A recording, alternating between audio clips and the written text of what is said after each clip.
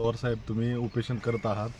हे ज्या वेळेस 2019ला तुम्ही कर्जमाफी केली, त्यात जे वंचित लोक राहिले, तुम्ही 2 लाखाची माफी केली ती.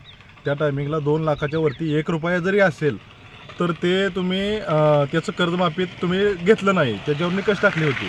आणि आजची परिस्थिती जर बघितली तर तुम्ही त्यावेळेस जे थकीत शेतकरी ठेवले तुम्ही पाठीमागं, कर्जमाफीतून वंचित ठेवलेले शेतकरी, त्या निकषाचं तुम्ही काय करणार? आज त्यांचे व्याजासकट रक्कम जवळजवळ 6 लाख रुपये झाले. 2 लाख ज्याला कर्ज होतं, 2 लाखाच्या वरती 5 रुपये 10 रुपये जरी झालेले लोक असतील तर ते आज 2 लाखाची जी कर्जमाफी होती त्या टायमिंगला न दिल्यामुळे आज 26मध्ये जवळजवळ त्यांचे कर्ज झाले आता 6 लाख रुपये व्याजासकट.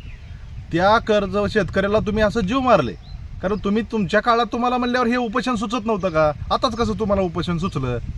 त्या टायमिंगला तुम्ही स्वतःहून ह्याच्यावर काहीतरी पर्याय काढायला पाहिजे होता ना, की बाबा 2 लाखाच्या वरती तुम्ही भरून घ्या म्हणून. शेतकऱ्यांनी भरलास तर आता शेतकरी सुखी झाले असते.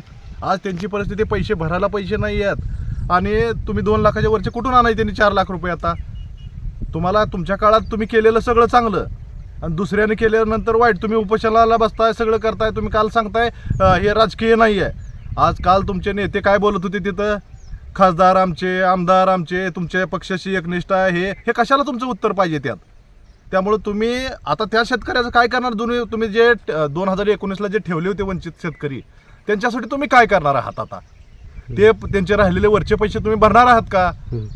कारण का तुम्ही त्या टायमिंगला जर कर्जमाफीत जर बसवले असते 2 लाखात, तर ते आज नील करून दुसरे पुढं त्यांनी कर्ज उचलून रेग्युलर झाले असते ना.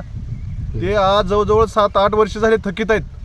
त्या शेतकऱ्यांचं अशी परिस्थिती झाली की दर चालता येणार ना, काम करता येणार अशी परिस्थिती झाली. शेतकऱ्याला काहीच करता येणार, दर दुसरं कर्ज मिळत नाही आहे आणि ह्याला पण तुम्ही त्याच्यात माफीत टाकलं तर 4 लाख रुपये कुठून आणायचे त्याने? ही परिस्थिती आता सध्या त्या शेतकऱ्याची तुम्ही केली आहे. एवढी वाईट परिस्थिती तुम्ही केली आहे रोहित पवार साहेब, दुसऱ्या कोणी केली नाही. तुमच्यामुळे हे शेतकऱ्यांना त्रास करायची वेळ आली.